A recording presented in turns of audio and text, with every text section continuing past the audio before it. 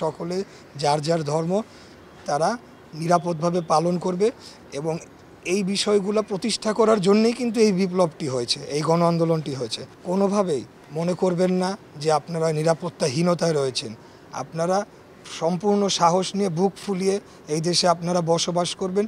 এই দেশ যতটুকু আমার ঠিক ততটুকুই আপনাদের। মূল দলকে দায়িত্ব দেওয়া হয়েছে যাতে আমরা বিভিন্ন মন্দির, মসজিদ, গির্জা, প্যাগোডা সহ ধর্মীয় উপাসনালয় এবং যারা আপনার বিভিন্ন এলাকার যে ব্যবসা প্রতিষ্ঠানগুলো রয়েছে যেখানে একটা ঝুঁকির সম্ভাবনা রয়েছে সেই জায়গায় যাতে আমরা পাহারা দিই। কারণ আপনারা জানেন যে এই সময় কিছু সুযোগ সন্ধানী লোকজন থাকে যারা আসলে কোনো দল করে না, তারা ক্রিমিনাল, তারা ডাকাত, তারা সন্ত্রাস।